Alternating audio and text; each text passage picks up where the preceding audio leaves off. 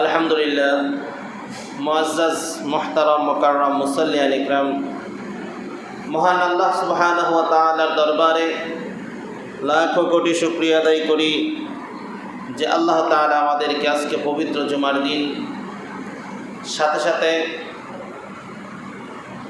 মহান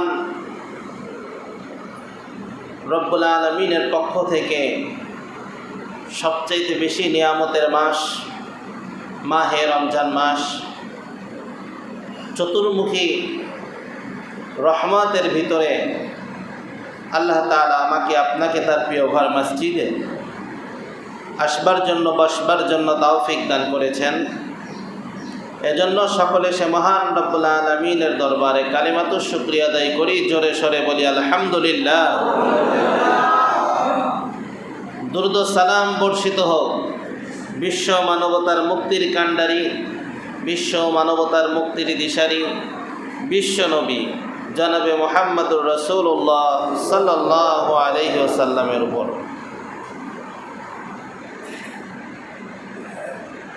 আল্লাহ পাক রব্বুল আলামিন আমাদেরকে যে পবিত্র মাহে রমজান দান করেছেন, রমজানের রহমতের দশক শেষ হয়ে গেছে, মাগফিরাতের দশক শেষ হয়ে গেছে, নাজাতের দশকও শেষ হয়ে যাবে। আস্তে আস্তে এখন আমরা যেই জুমায় এসে পৌঁছেছি, এই জুমাই এই রমজানের শেষ জুমা, জুমাতুল বিদা। হয়তোবা এই রোজার মধ্যে আর জুমা আসবে না। খুবই গুরুত্বপূর্ণ আজকের এই জুমার দিনটা। এটাকে একটি সুবর্ণ সুযোগ মনে করে আমার হায়াতটাকে কাজে লাগাতে হবে। নেক আমল আরো বাড়ায় দিতে হবে, ইবাদত বন্দিগির মাত্রা আরো বেশি বাড়ায় দিতে হবে।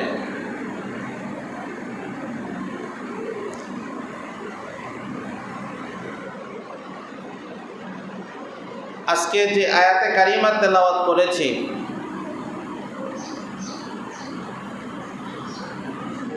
ইবাদতের ক্ষেত্রে আমরা অনেক সময় অনেকেই মনে করি যেই ইবাদতের মধ্যে নিজের কোনো লাভ আছে, ওই ইবাদত করতে নিজের ভালো লাগে। আর যেই ইবাদতের মধ্যে নিজের কোনো লাভ নাই, বরং নিজের ক্ষতি, নিজের লস, ওই ইবাদত করতে আমরা আগ্রহী না। এখন অনেকে প্রশ্ন করতে পারেন, এমনও কি ইবাদত আছে যে ইবাদতের লস আছে? না, এমন কোনো ইবাদত বন্দিগি আল্লাহ তাআলা দেন নাই যে ইবাদত বন্দিগিতে কোনো লস আছে, কিন্তু মানুষে মনে করে এটা করলে লস আছে, আসলে কোনো লস নাই। ওই রকম একটা ইবাদতের ব্যাপারে আজকে আলোচনা হবে, আর সেই ইবাদতের নাম হলো যাকাত।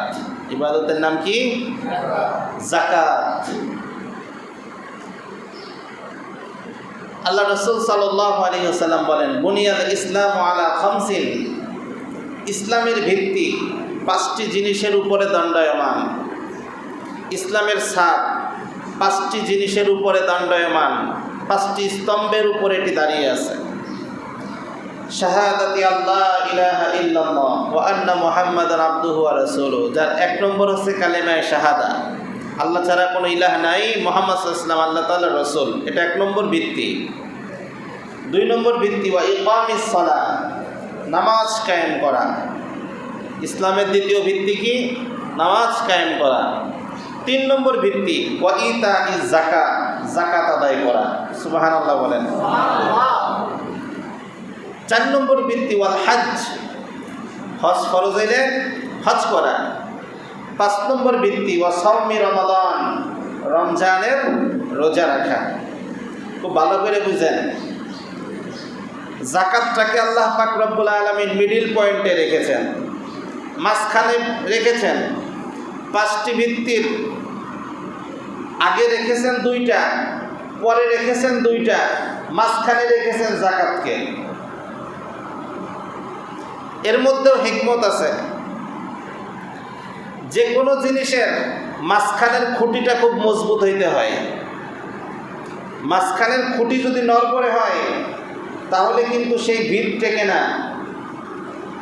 রাসূল করিম সাল্লাল্লাহু আলাইহি ওয়াসাল্লাম হাদিসের মধ্যে চারপাশে চারটি ভিত্তি, কালেমায়ে শাহাদাতের ভিত্তিকে রেখেছেন এক পাশে, নামাজের ভিত্তিকে রেখেছেন এক পাশে, হজ্জের ভিত্তিকে রেখেছেন এক পাশে, রমজানের রোজার ভিত্তিকে রেখেছেন এক পাশে। এই চারটাকে চারপাশে রেখা মাঝখানে যাকাতের ভিত্তি গাইড়ে দিয়েছেন। সুবহানাল্লাহ। যাকাতটাকে কোথায় রাখছেন? মাঝখানে রেখেছেন। আর্থিক ইবাদত এটা এমন একটা ভিত্তি, মুসলমানেরা যদি এই যাকাত নামক ইবাদতের এই ভিত্তিটাকে মজবুত করে ধরে তাহলে গোটা মুসলিম বিশ্বে কোনো গরিব থাকবে না। সুবহানাল্লাহ বলেন। গরিব থাকবে না। এটা ইসলামের সৌন্দর্য। এ কারণে যাকাতের ব্যাপারে খুব গুরুত্ব। আমরা অনেকেই, বেশিরভাগ মানুষই যাকাতের ক্ষেত্রে উদাসীন। নামাজ 5 ওয়াক্ত পড়ি, রোজাও 30টা রাখতেছি, জীবনে একবার হজ ফরজ এটাও করতেছি, কিন্তু যাকাত হিসাব মতো দিচ্ছি না। যাকাত দিচ্ছি ঠোয়া হিসাবে, ভাগা হিসাবে দিয়ে দিচ্ছি। যাকাত ঠোয়া হিসাবে দেওয়ার জিনিস না, আন্দাজের উপরে যাকাত এটা দেওয়ার জিনিস না। যাকাত হিসাবের মানদণ্ডে যতটুকু যাকাত আসবে ততটুকু যাকাত দেওয়ার নিয়ম। এমন না যে আমার 1 কোটি টাকা আছে, আচ্ছা আমি দিয়ে দিলাম 50,000 টাকা যাকাত দিয়ে দিলাম, আল্লাহ কবুল করুন, 50,000 দিয়ে দিলাম। 1 কোটি টাকায় 50,000 যাকাত দিলে হবে না। শতকরা 2.5 টাকা হারে যাকাত দিতে হয়, এটা তো আমরা জানিই। 1 লাখ টাকায় তাহলে আসে কত? 2,500। 1 কোটিতে আসে কত? 2.5 লক্ষ। এখন 1 কোটি টাকার যে মালিক সে যদি 50,000 টাকা যাকাত দেয়, 2 লক্ষ টাকা সে যাকাত মেরে নিল। 2 লক্ষ টাকা সে যাকাত কি করলো? এখন বলবেন নিজের টাকা নিজে মারছি, এটা আবার কেমন কথা? হ্যাঁ, যাকাত এটা নিজের টাকা না। আপনার সম্পদের মধ্যে যে টাকা যাকাত আসবে ওই টাকার মালিক আপনি না, ওই টাকার মালিক 8 শ্রেণীর মানুষ। সুবহানাল্লাহ বলেন। যাকাতের হকদার কয় শ্রেণীর মানুষ? 8 শ্রেণীর মানুষ। আপনার টাকার মধ্যে, ধনীদের টাকার মধ্যে আল্লাহ পাক রব্বুল আলামিন 8 শ্রেণীর মানুষের হক রেখেছেন। আর এই হকটা কত টাকা এটা তো আমি জানি না। এই কারণে আল্লাহ পাক রব্বুল আলামিন যাকাতের বিধান দিয়েছেন। যাকাত হিসাব করে বের করো, যেই কয় টাকা যাকাত আসবে ওই কয় টাকায় 8 শ্রেণীর মানুষের টাকা তোমার টাকার মধ্যে আল্লাহ ঢুকায় রাখছে। এখন যাকাতের বিষয়ে আমরা অনেকেই ভয় পাই। এই যে বলছিলাম যে অনেকে মনে করি যে এটা মানে লস। যাকাত শব্দের অর্থ কি বুঝেন? যাকাত শব্দের 3টা অর্থ। যাকাতকে কেন যাকাত বলা হয়? আমরা মনে করি যাকাত মানে হচ্ছে জরিমানা। যাকাত মানে কি? জরিমানা। কিয়ামতের আগে 1 শ্রেণীর মানুষ যাকাতু মাগরামান, যাকাতকে জরিমানা মনে করবে। আল্লাহ রাসূল বলেছেন, 1450 বছর আগে আল্লাহ রাসূল বলে দিয়েছেন, কিয়ামতের আগে 1 শ্রেণীর মানুষ যাকাতু মাগরামান, যাকাতকে জরিমানা মনে করবে। সেই যুগ এখন এসেছে। অনেকে যাকাতকে জরিমানা মনে করে, এটার ইবাদতের বিষয় মনে করে না, এটাকে কি মনে করে? জরিমানা মনে করে। আসলে যাকাতটা কোনো জরিমানার জিনিস না। যাকাত কি? যাকাতের 1 নম্বর অর্থ মানা যাকাতি আত-তাহারাতু। যাকাতের 1 নম্বর অর্থ পবিত্রতা। যাকাতের 1 নম্বর অর্থ কি? পবিত্রতা। অর্থগুলি আগে বলি, পরে ব্যাখ্যা। যাকাতের 1 নম্বর অর্থ কি? পবিত্রতা। মানা যাকাতি আমানাতুন। যাকাতের 2 নম্বর অর্থ হচ্ছে আমানত, নিরাপত্তা। যাকাতের 2 নম্বর অর্থ কি? নিরাপত্তা। মানা যাকাতি আজ-জিয়াদাতু। যাকাতের 3 নম্বর অর্থ বৃদ্ধি করা। জাকাতের 3 নম্বর অর্থ বৃদ্ধি করা। 1 নম্বর পবিত্রতা, 2 নম্বর আপনার কি নিরাপত্তা, আর 3 নম্বর কি বৃদ্ধি করা। জাকাতকে কেন পবিত্রতা বলা হয়? কেউ যদি সঠিকভাবে জাকাত আদায় করে, সে হতে পারে লাখপতি, সে হতে পারে কোটিপতি, কিন্তু সঠিকভাবে কেউ যদি জাকাত আদায় করে, জাকাত আদায় করলো তো তার বাকি যে টাকাগুলি থাকলো সেই টাকাগুলি সব পবিত্র হয়ে গেল। মানে জাকাত এটা কেমন জন্য একটা নাপাকের মতো আপনার জন্য। তো ওই নাপাকটাকে যখন আপনার অর্থের থেকে আপনি হিসাব করে বের করে দিয়েছেন, তা এখন আপনার অর্থের মধ্যে আর কি নাই, নাপাক নাই, আপনার অর্থ সম্পূর্ণ এখন কি হয়ে গেছে, পাক হয়ে গেছে, পবিত্র হয়ে গেছে। এই কারণে জাকাতকে বলা হয় আত্মহারত অর্থাৎ পবিত্রতা, এটা অর্থকে পবিত্র করে।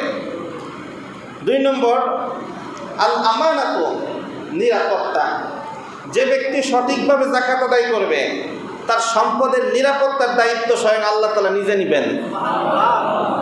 সম্পদ ক্ষয় হবে না, সম্পদ লয় হবে না, পানিতে ডুববে না, আগুনে পুড়বে না। রব্বুল আলামিন তার সম্পদের জিম্মাদারি হেফাজতকারী নিজে হয়ে যাবেন। আমরা নিজেরা অনেক পণ্ডিত মনে করি, অনেক চালাক মনে করি। 2.5 লক্ষ টাকা জাকাত আসছে, 50,000 দিয়েই বড় জাকাতদাতা হয়ে গিয়েছি। আমরা অনেকে মনে করি যে বাবারে বাবা কত কিছু দিচ্ছে, আসলে কিন্তু সে কি 2 লক্ষ টাকা মেরেই দিয়েছে। 50 দিয়ে 2 কি মেরে দিয়েছে, নিজের অনেক চালাক মনে করতেছে। আল্লাহ পাক রব্বুল আলামিন এই 2 যদি আমি দিয়ে দিতাম, তাইলে আমার বাকি 97.5 লক্ষ টাকার জিম্মাদারি আল্লাহ তাআলা নিজের হাতে নিয়ে নিতেন। যখন আমি এই 2 লক্ষ টাকার লোভ ছাড়তে পারলাম না, আল্লাহ পাক রব্বুল আলামিন কয়, তুই আমারে 2 দিলি না, আমি তোর কাছে 90 নিয়ে নিব। তুই আমারে 2 দিলি না, আমি রব্বুল আলামিন তোর কাছ থেকে 90 নিয়ে নিব। জাকাত ঠিক মতো দেয় নাই, বোর এমন ব্যাধি হয়েছে, বাংলাদেশের ডাক্তাররা সালাম দিয়ে দিয়েছে, আমাদের পক্ষে সম্ভব না, ইন্ডিয়ায় নিয়ে যাও। ইন্ডিয়ার থেকে নমস্কার দিয়ে দিয়েছে, আমাদের দ্বারা সম্ভব না, ইংল্যান্ড নিয়ে যাও। এই বাংলাদেশ, ভারত আর ইংল্যান্ড করতে করতে গেছে গা 30 লাখ। মারছে কয় লাখ? 2 লাখ চালাকি করে দেয় নাই। আল্লাহ পাক রব্বুল আলামিন নিয়ে নিয়েছে কয় লক্ষ? 30 লক্ষ। এর মানে হলো সম্পদের জিম্মাদারি আল্লাহ পাক রব্বুল আলামিন ছেড়ে দিয়েছেন। ওই 2 যদি সে দিয়ে দিত, এই 30 তার ঠিক থাকতো। সুবহানাল্লাহ বলেন। এই কারণে জাকাতের 2 নম্বর অর্থ কি? নিরাপত্তা। যে ব্যক্তি সঠিকভাবে জাকাত আদায় করবে, আল্লাহ পাক রব্বুল আলামিন তার সম্পদের জিম্মাদারি, নিরাপত্তাকারী, হেফাজতকারী নিজে হয়ে যাবেন। 3 নম্বর মানা যাকাতি আয-জিয়াদাতু।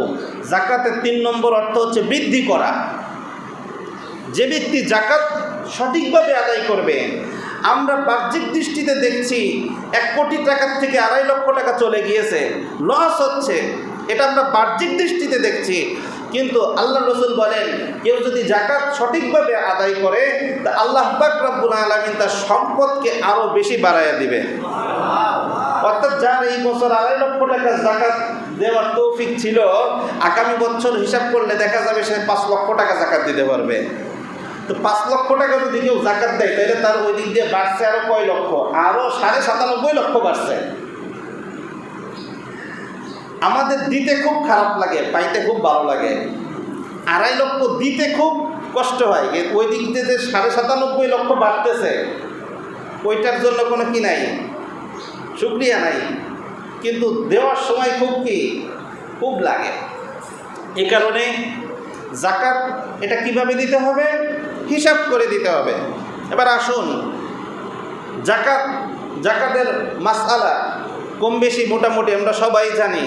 জুমার দিন এই মাসআলা বর্ণনা করে শেষ করা যাবে না, তবে এটার গুরুত্বটা আমাদের বোঝা দরকার। সংক্ষেপে কিছু মাসআলা, যেমন জাকাত কার উপরে ফরজ হয়, মালিকে নেসাবকে, এটা একটা বিষয়। 7.5 ভরি স্বর্ণ, 52.5 তলা রূপা, 7.5 ভরি স্বর্ণ অথবা 52.5 তলা রূপা অথবা এর দুইটার যে কোনো একটা সমপরিমাণ অর্থ যদি কারো কাছে 1 বছর জমা থাকে এবং এই 1 বছরের মধ্যে সে যদি ঋণগ্রস্ত না হয় তাহলে তার উপরে বছরান্তে শতকরা 2.5 টাকা হারে যাকাত দেওয়া ফরজ। কথাটা আরেকবার বলি, কারো কাছে যদি 7.5 ভরি স্বর্ণ থাকে অথবা 52.5 তলা রূপা থাকে অথবা দুইটার যে কোনো একটার সমপরিমাণ অর্থ থাকে অথবা টাকা আছে কিছু, স্বর্ণ আছে কিছু, রূপা আছে কিছু, তিনটা মিলায়া 7.5 ভরি স্বর্ণ অথবা 52.5 তলা রূপার যে কোনো একটা সমপরিমাণ হয় তাহলে তার উপরে বৎসরান্তে অর্থাৎ এই অর্থের উপরে 1 বছর অতিবাহিত হবে। এমন না যে আজকে আমি এই টাকার মালিক হয়েছি, আজকে আমার উপরে যাকাত ফরজ। ইসলাম এত বাধ্যবাধকতা করেন নাই। এই টাকার উপরে যদি 1 বছর অতিক্রান্ত হয়, মানে 1 বছরের মধ্যে তার এই টাকার মধ্যে আর ঋণগ্রস্ত হইতে হয় না, এই টাকা যেইভাবে ছিল সেইভাবে আছে, তাইলে 1 বছর অতিবাহিত হয়ে যাওয়ার পরে এই টাকার উপরে পুঙ্খানুপুঙ্খানুভাবে হিসাব কইরা হারে হারে যাকাত বের করে সেভাবে যাকাত হিসাব করে যাকাত দেওয়া ফরজ। এখন এই যাকাত কিছু জিনিস আছে যেগুলির উপরে আল্লাহ পাক রব্বুল আলামিন যাকাতকে শিথিল করেছেন। সব জিনিসের উপরে যাকাত আসে না। যেমন আপনার বাসার আসবাবপত্র যেগুলি আছে ওগুলির মূল্যের উপরে যাকাত আসে না। যেমন বাসার বক্স খাট আছে, ভালো 50,000 টাকা দামের দামি খাটই ব্যবহারের জন্য, ফ্রিজ আছে, কম্পিউটার আছে, ল্যাপটপ আছে, এসি আছে, এগুলির মূল্যের উপরে কি যাকাত আসে না। যদি আসবাবপত্র এগুলির মূল্যের উপরে যাকাত আসে না। যাকাত আসে স্বর্ণরৌপ্যের উপরে, নগদ অর্থের উপরে, ব্যবসায়িক পণ্যের উপরে যাকাত আসে। জমি কিনেছে, এই জমি সে ক্ষেত খামার করে অথবা এই জমিনে বসতবাড়ি করবে, এই ধরনের জমিনের মূল্যের উপরে যাকাত আসে না। তবে জমিনটা যদি তার জন্য ব্যবসায়িক পণ্য হয়, যেমন যারা ফিল্ডের ব্যবসা করে আজকে কিনতেছে আবার দাম বাড়লে জমিন বিক্রি করে দিচ্ছে, এরকম যদি হয় তাহলে তার জমিনটা কি হয়ে গেল, ব্যবসায়িক পণ্য হয়ে গেল। তখন সেই জমিনের উপরে, সেই জমিনের যত দাম সেই দামের উপরে যাকাত দিতে হবে। বাড়ি, বসত বাড়ি, বিল্ডিং নির্মাণ করেছেন, একটাই নিজে থাকেন আর একটাই ভাড়া দেন, এই বিল্ডিং বাড়ির মূল্যের উপরে যাকাত আসবে না। এর থেকে যে অর্থ উপার্জন হচ্ছে সেই অর্থের উপরে যাকাত আসবে, কিন্তু সেটার মূল্যের উপরে যাকাত আসবে না। কোন বিল্ডিংয়ের মূল্যের উপরে যাকাত আসবে? যে বিল্ডিং ব্যবসার উদ্দেশ্যে কিনেছেন, ব্যবসার উদ্দেশ্যে তৈরি করেছেন, যে এখন এই বিল্ডিংটা আমি 20 লক্ষ টাকা দিয়ে কিনেছি, এই বাড়িটা আমি 20 লক্ষ টাকা দিয়ে কিনেছি, 1 বছর পরে এটারে 5 লক্ষ টাকা বাড়ায়া 25 লক্ষ টাকায় বিক্রি করবো। তো এই বিল্ডিংটা, এই বাড়িটা, এটা কি বসত বাড়ি হইল না ভাড়া বাড়ি হইল নাকি ব্যবসার উদ্দেশ্যের ব্যবসায়িক পণ্য হইল? কি হইল? ব্যবসায়িক পণ্য হইল। এই বাড়ির উপরে, এই বাড়ির যে মূল্য সেই মূল্যের উপরে বৎসরান্তে কী করতে হবে? যাকাত দিতে হবে। স্ত্রীর স্বর্ণ আছে 2 ভরি, মেয়ের স্বর্ণ আছে 3 ভরি, কয় ভরি হইল? 5 ভরি। আবার ছেলের বউয়ের আছে 2.5 ভরি, কত হইল? 7.5 ভরি। মানে শুধুমাত্র স্ত্রীর 7.5 ভরি নাই, স্ত্রী, কন্যা, ছেলের বউ, 3 জনের মিলে হইল কত? 7.5 ভরি। এই 3 জনের থেকে ম্যানেজমেন্ট কইরা যাকাত আদায় করতে হবে। এখন ছেলে তার বউ নিয়ে আলাদা হয়ে গেছে, বুঝলেন? ছেলে বউ নিয়ে কী হয়ে গেছে? আলাদা হয়ে গেছে। এখন আছে শুধু কন্যা আর স্ত্রী।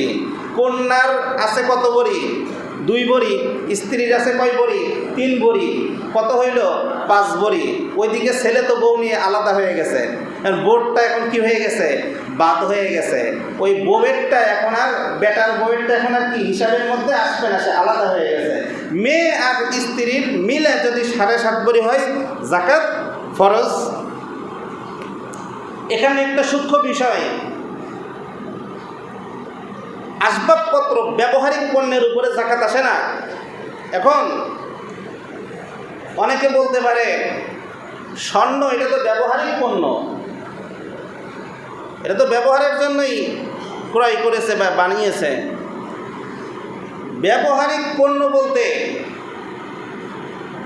7.5 ভরি স্বর্ণ যদি থাকে তো 7.5 ভরি কি সে ব্যবহার করতেছে নাকি?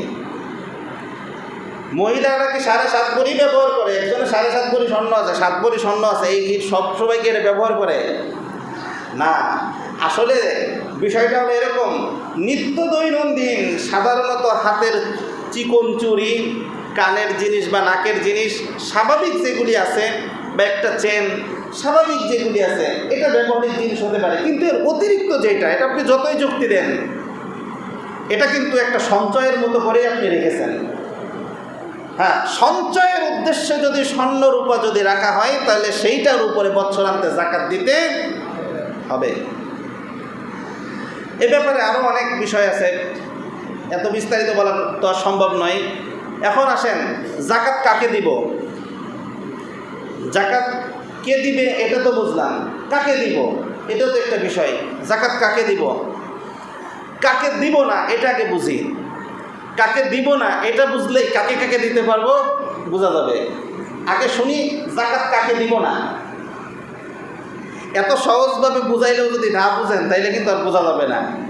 যাকাত কাকে দিব না, উসুল ফুরু, আমার উপরের সিঁড়ি, আমার নিচের সিঁড়ি, আমি যাদের থেকে এসেছি তাদেরকে যাকাত দেওয়া যাবে না, আমার থেকে যারা আসতেছে তাদেরকে যাকাত দেওয়া যাবে না। আমি যাদের থেকে এসেছি, আমার বাবা মা, দাদা দাদি, পরদাদা পরদাদি, এইভাবে যত উপরে উঠছে, আমার মা, নানা নানি, পরনানা পর, এইভাবে যত উপরে উঠছে, যাদের থেকে আমি এসেছি এদেরকে যাকাতের টাকা দেওয়া যাবে না, এদেরকে যাকাত দেওয়া যাবে না। ওদেরকে তো আপনি এমনিই পালবেন, এমনিই দিবেন, যাকাতের অর্থ দিয়ে নাই, এদেরকে যাকাত দেওয়া যাবে না। আমার থেকে যারা আসছে, যেমন আমার সন্তান, ছেলে, ছেলের ছেলে, পুতা পুতি, এইভাবে করে মেয়ে, মেয়ের ছেলে, তার মেয়ে, এইভাবে করে আমার থেকে যারা আসতেছে, আমার নিচের সিঁড়ি, উপরের সিঁড়ি, নিচের সিঁড়ি, মাঝখানে আমি, এই দুই সিঁড়িরে কী করতে পারবো না, যাকাতের অর্থ দিতে পারবো না। এছাড়া যারা আছে তাদেরকে যাকাতের অর্থ দেওয়া যাবে। খালাতো ভাইকে যাকাত যাবে, চাচাতো ভাইকে যাবে, চাচাকে দেওয়া যাবে, খালুকে দেওয়া যাবে, ফুফাকে দেওয়া যাবে, ফুফিকে দেওয়া যাবে, ভাই দেওয়া যাবে, বোনকেও দেওয়া যাবে, ভাস্তাকেও দেওয়া যাবে, ভাস্তিকেও দেওয়া যাবে। এক কথায় উসুল ফুরুর ভিতরে যদি কেউ না পড়ে, এছাড়া যারা আত্মীয় স্বজন আছে এদেরকে যাকাত কি করা যাবে, দেওয়া যাবে। এখানে একটা বিষয় হলো, যাকাতটা পাওয়ার বেশি হকদার কে?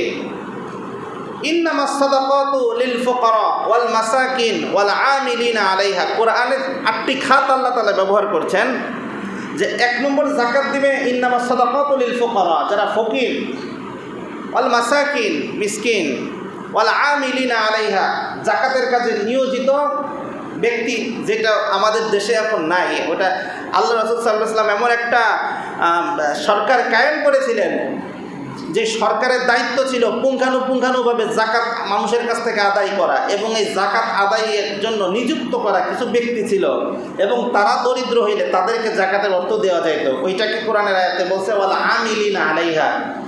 এভাবে করে 8টা খাত আছে, বিস্তারিত বলার সময় নাই, এতটুকু বুঝেন। যদি আমার আত্মীয় 2 প্রকার, আত্মীয় কয় প্রকার? 2 প্রকার। একটা হচ্ছে রক্তের আত্মীয়, যে আত্মীয়র সাথে রক্তের সম্পর্ক আছে, কিছু রক্তের সম্পর্ক আছে। আর একটা আত্মীয় ঠিকই, কিন্তু রক্তের সম্পর্ক নাই, কিন্তু আত্মীয়। এরকম আত্মীয় আছে না? যেমন মনে করেন আপনার স্ত্রীর বোনের মেয়ে, এটা কি আপনার আত্মীয় না? আপনি তার কি হন? খালু হন, কিন্তু তার সাথে আপনার রক্তের সম্পর্ক না। রক্তের সম্পর্ক ভালো করে বুঝেন বিষয়টা। আপনার স্ত্রীর বোনের ছেলে বা স্ত্রীর বোনের মেয়ে, একটা উদাহরণ জাস্ট, এটার সাথে কি রক্তের সম্পর্ক? রক্তের সম্পর্ক না, কিন্তু খুবই গুরুত্বপূর্ণ একটা আত্মীয়তার বন্ধন, রক্তের সম্পর্ক না। কিন্তু মনে করেন আপনার খালা আত্মীয়, সাথে সাথে মায়ের বোন, রক্তের বাঁধন আছে নাকি? আত্মীয় কি কয় প্রকার? দুই প্রকার। এখন জাকাত, আমি তো জাকাত দিবই। জাকাত আদায়ের ক্ষেত্রে আমার নিকটবর্তী আত্মীয় স্বজন যারা আছে তাদের মধ্যে যদি কেউ জাকাত খাওয়ার উপযোগী থাকে, জাকাতের হকদার থাকে, তাহলে তাদের অগ্রাধিকার আমার কাছে বেশি থাকবে, তাদেরকে আগে বাঁচাইতে হবে। অর্থাৎ আত্মীয় স্বজনের ভিতরে কে কোন সমস্যার মধ্যে আছে এগুলি যাচাই বাছাই করে তাদেরকে বাঁচায়া এরপরে স্বাভাবিকভাবে ফকির মিসকিন বা দূর দূরান্ত থেকে যারা অসহায় রিক্ত হস্ত আসতেছে তাদেরকে দিতে হবে। এখন এখানে একটা বিষয় হলো, জাকাত যাকে দিচ্ছেন আমার বুঝতে হবে আসলেই কি সে জাকাতের হকদার কিনা, নাকি তার উপরে জাকাত ফরজ হয়ে আছে। বর্তমান কিন্তু অনেক মানুষের উপরে জাকাত ফরজ হয়ে আছে কিন্তু বুঝে না। শোনে যে 7.5 ভরি স্বর্ণ, এ যে চোখেও দেখি নাই কোনোদিন, তারপর জাকাত ফরজ হইল কেমনে? এখানে তো দুইটা বিষয়, একটা 7.5 ভরি স্বর্ণ আছে, আবার 52.5 তলা রূপাও আছে। এক সময় এই দুইটা, আমি যতটুকু শুনেছি অনেক আগে হয়তো বা এই দুইটার মূল্য কাছাকাছি ছিল। এখন তো রাত দিন ডিফারেন্স।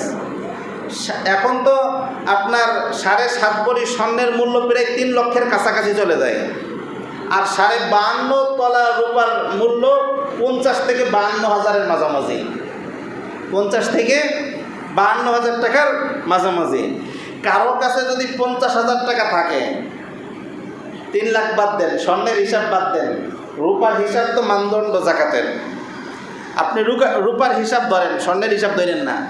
কারো কাছে যদি 50,000 টাকাও থাকে, আর এই 50,000 টাকা তার বছরে চলতে ওই 50-এর মধ্যে হাত দেওয়া লাগে না, ওই 50টা সে রেখে দিয়েছে, এরকম যদি হয় তাহলে এই 50,000 টাকার মালিক যে, তার উপরে তো বছর গেলে জাকাত দেওয়া খরচ। বর্তমানে 50,000 টাকার মালিক না কয়জনে? এই হিসাব করলে তো অনেকের উপরে জাকাত ফরজ হয়ে আছে। যার উপরে জাকাত ফরজ হয়ে আছে, আমি যদি তারে যদি আবার জাকাত দেই, তাহলে কি জাকাত দেওয়া হবে? হবে না। আবার এমনও কিন্তু মানুষকে জাকাত দেওয়া যায়, খুব গুরুত্বপূর্ণ একটা কথা শুনেন, এমনও মানুষকে জাকাত দেওয়া যায় যে 5তলা বিল্ডিংয়ের মালিক, এখন 5তলা বিল্ডিংয়ের মালিকরেও কিন্তু জাকাত দেওয়া যায়। এটা কেমন কথা করেন? 5তলা বিল্ডিংয়ের মালিকরা আবার কেমনে জাকাত দেয়?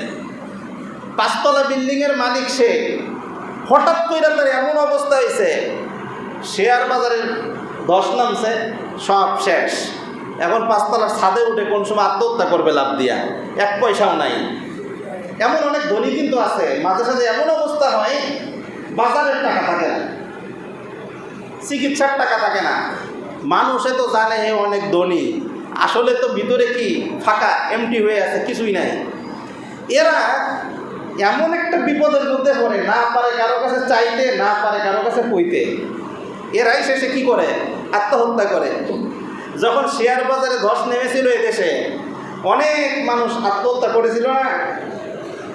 কেউ নিজের গায়ে আগুন ধরাই দিছে, কেউ ছাদ থেকে কি করছে? লাভ দিছে। এখন এই ধরনের যারা, আমি যদি জানতে পারি যে সে সমস্যার মধ্যে আছে, হইতে পারে তার একটা বিল্ডিং আছে, হইতে পারে তার একটা গাড়ি আছে, কিন্তু সে এখন এমন একটা অবস্থার মধ্যে পড়ছে যে তার কাছে তো নগদ অর্থ নাই, সে বড় বিপদের মধ্যে পড়ছে, এরকম ব্যক্তিকেও আপনি জাকাতের অর্থ দিয়ে সহযোগিতা করতে পারেন। আবার এমন ব্যক্তি যে ভ্যান চালায়, দেখতে তো মনে হইতেছে যে হয়তো বা দরিদ্র মানুষই, কিন্তু ব্যাংকে তো 2-2.5 লক্ষ টাকা রয়েছে, এটা তো আপনি জানেন না। চালাইতেছে কি ব্যান বা আপনার কুলির কাজ করতেছে, কিন্তু টাকা জমাইতে জমাইতে জমাইতে ব্যাংকের মধ্যে কি 2.5 লক্ষ টাকা জমাই ফেলছে, ব্যাংকের মধ্যে টাকা আছে। এ তো জাকাত নিতেই পারবে না, এ তো উল্টা আরও জাকাত দিবে। তো এই কারণে একটু বুঝে দিতে হবে। সর্বোপরি কথা হলো,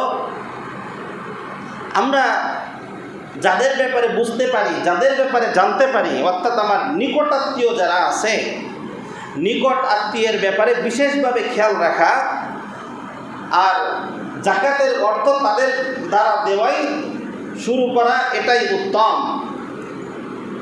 আপনার নিজের আত্মীয়, মনে করে আপনার খালা খুবই অসুস্থ, খুবই সমস্যার মধ্যে চলতেছে, আপনার ফুফু খুব সমস্যার মধ্যে চলতেছে, চাচাতো ভাই খুব সমস্যার মধ্যে চলতেছে, চাচু চাচি খুব সমস্যার মধ্যে চলতেছে, কিন্তু আপনার কাছে সাহায্যের হাত বাড়াইতে সে শরম পায়, সাহায্যের হাত সে বাড়াইতে পারে না। তো আপনার উচিত কি তাদের বাড়ানোর অপেক্ষায় না থাকা, আপনি নিজের থেকে তাকে কিছু সহযোগিতা করা, এমন কিছু সহযোগিতাই করা যার মাধ্যমে সে কিছু ভালো করে কয়দিন চলতে পারে।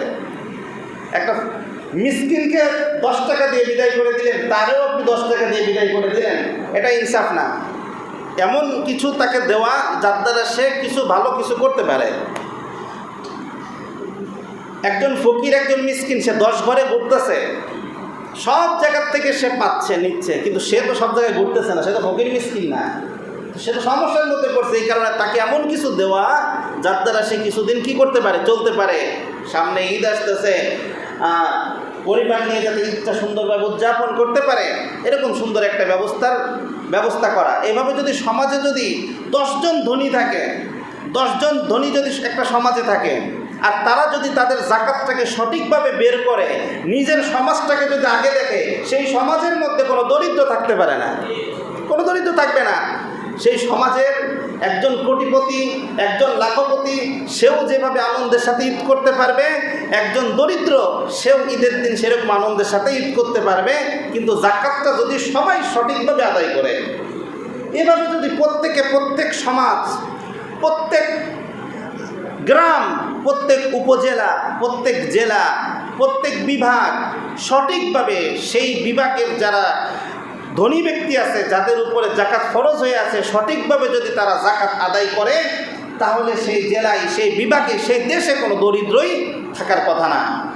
বাংলাদেশে যদি সঠিকভাবে ধনীরা যদি জাকাত আদায় করত, যে সমস্ত মিল কলকারখানার মালিকেরা আছে, যাদের উপরে লক্ষ লক্ষ কোটি কোটি টাকা জাকাত ফরজ হয়ে আছে, এরা যদি সঠিকভাবে যদি জাকাত আদায় করতো, বাংলাদেশে দরিদ্র থাকতো না। বাংলাদেশের জাকাতের টাকা যুদ্ধ বিধ্বস্ত অন্যান্য দেশে পাঠানো লাগতো, বাংলাদেশের মানুষের জাকাত খাওয়া লাগতো না। এটাও একটা সমীকরণে বের হয়েছে, এটা মন গড়া কথা না। তো এই কারণে জাকাতটাকে সঠিকভাবে হিসাব করে পৌঁছে দেওয়া। সর্বোপরি কথা, রসুল আকরাম সাল্লাল্লাহু আলাইহি ওয়াসাল্লাম, সর্বশেষ একটা উদাহরণ দিচ্ছি। আল্লাহ রসুল সাল্লাল্লাহু আলাইহি ওয়াসাল্লাম এই রকম আলোচনা করতেছিলেন, একদিন ওয়াজ করতেছিলেন জাকাতের ব্যাপারে। জাকাতের এই ফজিলত, এই আপনার উপকার, ফজিলত বর্ণনা করতেছে আল্লাহ রসুল। তো একজন আল্লাহ সাহাবীরা রসুলের কথাগুলি শুনছে। একজন ইহুদি মহিলা মসজিদে নববীর পাশ দিয়ে যাচ্ছে, ইহুদি মহিলা, মুসলমান না, কি ইহুদি।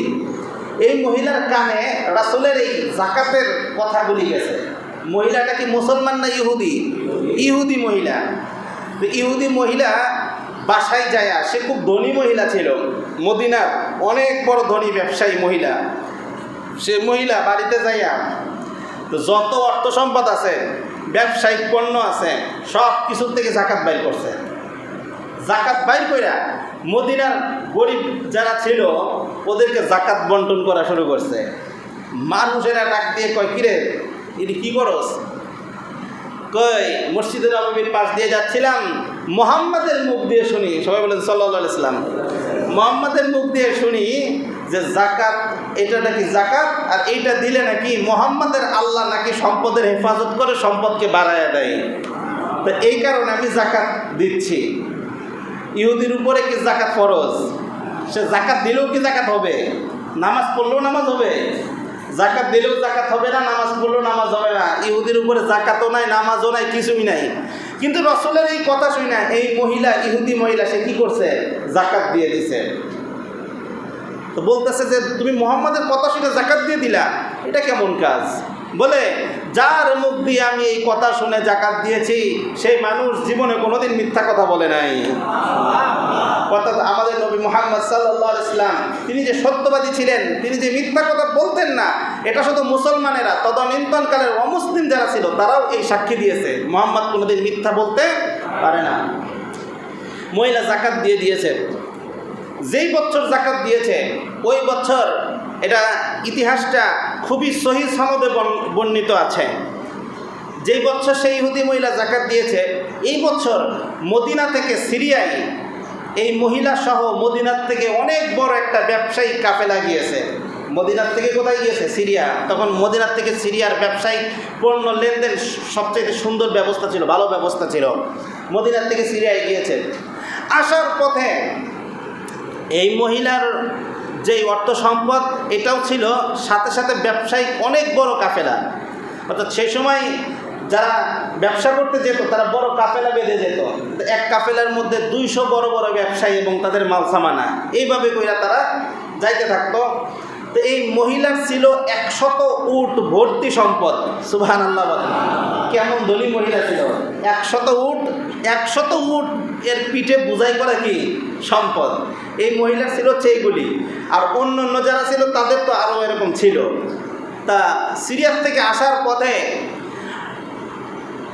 আপনার মরুভূমির মধ্যে আরব বেদুইন যারা, ওদের উপার্জনের যে কয়টা মাধ্যম তার মধ্যে অন্যতম একটা মাধ্যম হচ্ছে তারা দস্যুতা করতো, তারা ডাকাতি করত। আরব বেদুইনদের অন্যতম একটা বৈশিষ্ট্য ছিল তারা কি করত? ডাকাতি করত। এরা মরুভূমির বেদুইন জাতি। তো এই আসার সময় ডাকাতের পাল্লায় পড়ছে। ব্যবসায়িক এই কাফেলা কিসের পাল্লায় পড়ছে? ডাকাতের পাল্লায় পড়ছে।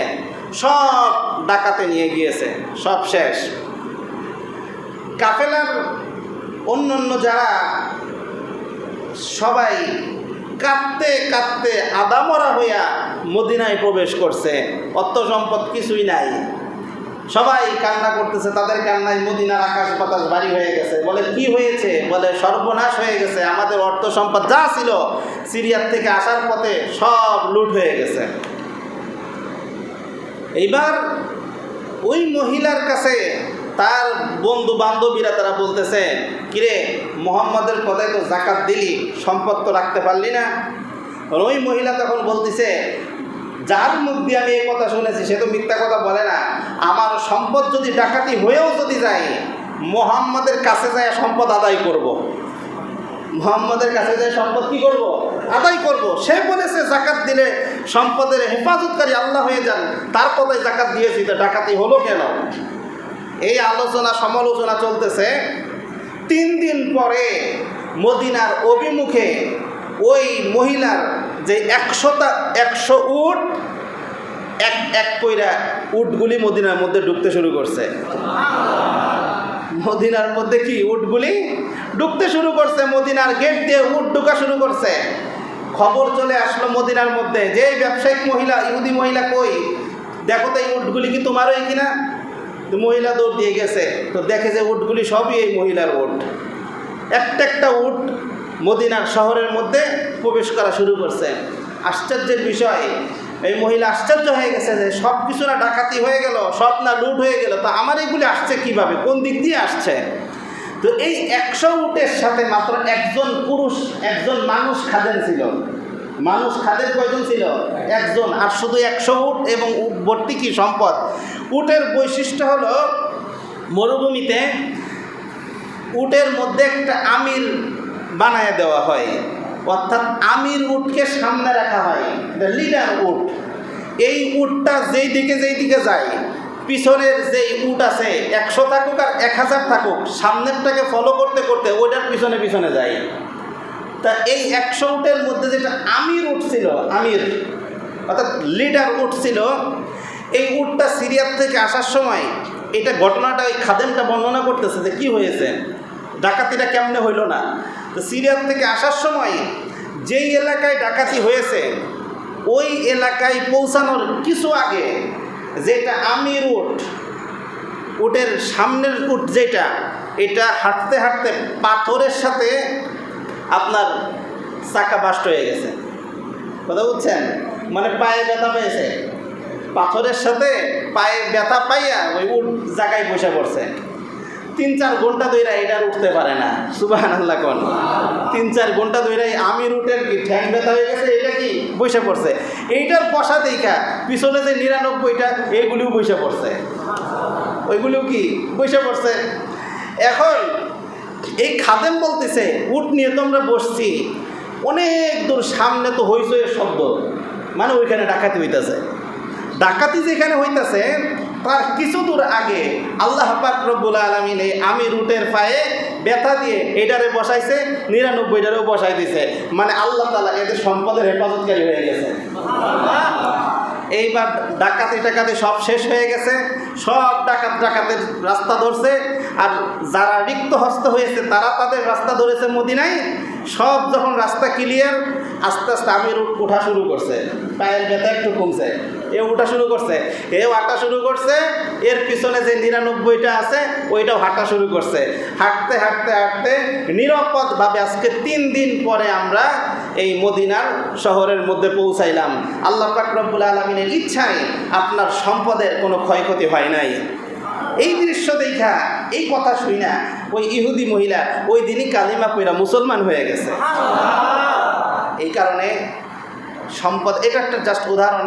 আমরা যারা ধনী আছি, যাদের উপরে জাকাত ফরজ আছে, আমরা সঠিকভাবে জাকাত দিয়ে দেওয়ার সবাই চেষ্টা করব, সঠিকভাবে জাকাত দিয়ে দেওয়ার সাথে সাথে সদকায়ে ফিতর যেটা নির্ধারণ করা হয়েছে, সর্বনিম্ন 70 টাকা, সর্বোচ্চ 2310 টাকা খুব সম্ভব সর্বোচ্চ। কারণ অনেকে মাথায় হাত দিচ্ছে, এটা আবার কেমন কথা। ফিতরা শুধু কিন্তু 70ই না, 70 এটা ফিতরা সর্বনিম্ন পর্যায়ে।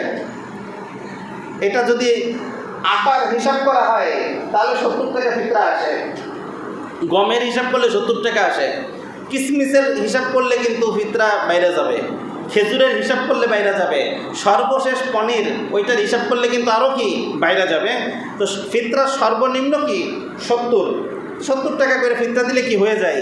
আর কেউ যদি অনেক আপনার ধনী যদি থাকে, সে যদি কিসমিসেরটা ধইরা যদি ফিতরা আদায় করে তাহলে এক একজনের ফিতরা 1500 টাকা 1600 টাকার উপরে যাবে।